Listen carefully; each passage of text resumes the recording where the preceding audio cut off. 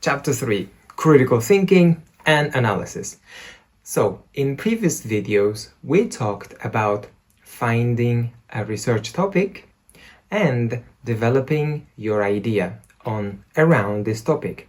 We also talked about finding a research gap, a topic which is under-researched. So, in this video, we will talk about what kind of sources you can select and how you can critically analyze them. First of all, let's talk about what kind of sources you can read and you can get information. Well, usually researchers prefer to read books, academic articles, government websites or reliable websites, and government sources.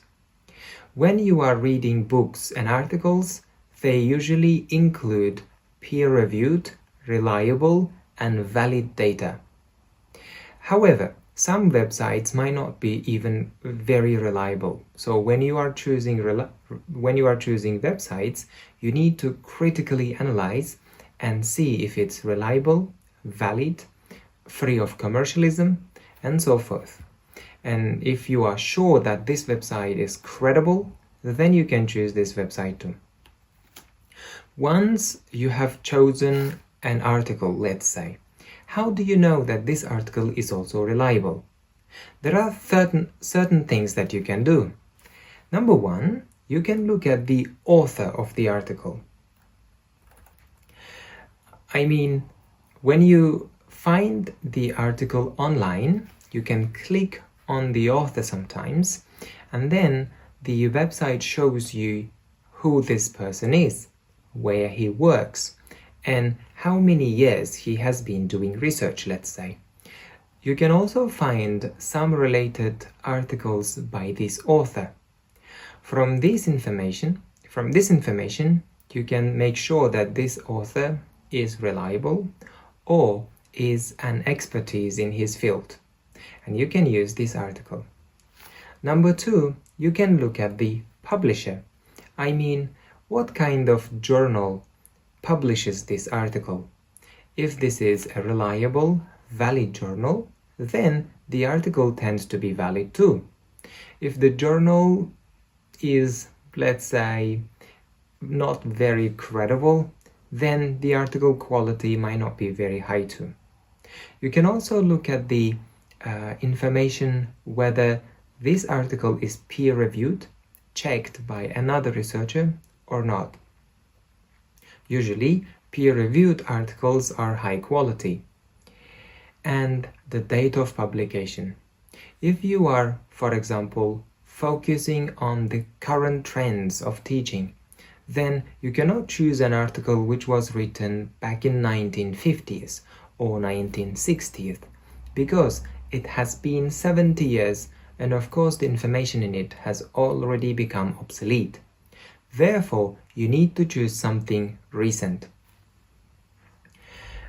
Once you have done these things, then you can go into the content, like whether this topic is relevant to your research field, whether everything is evidence-based.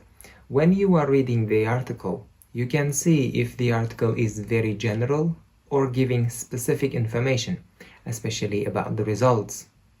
If you see some words like the students, let's say, the students' listening comprehension increased significantly, this word is not really valid. If the article says students' listening comprehension increased from 35 correct answers out of 40 in, let's say, IELTS listening exams to 38, 39 correct answers out of 40, this is something specific and you can rely on this kind of data and the article. You can also check whether author has some bias or not. About bias, we will talk a lot more in the upcoming videos. And last one, you can look at the target audience, who this article is written to. Is it written for general public, for students, for other expertise, and maybe for teachers only? or for kindergarten teachers, or for higher education teachers. So depending on the audience, you can also select the article. So let me recap.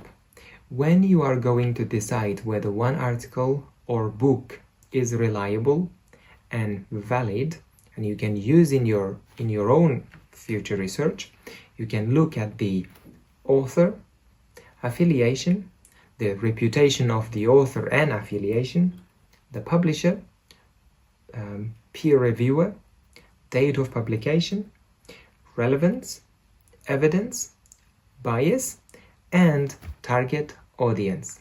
So I have given a type of checklist for you. You can use this checklist when you are collecting articles. Good luck with your studies. Let's go to the book and use the checklist and start analyzing articles.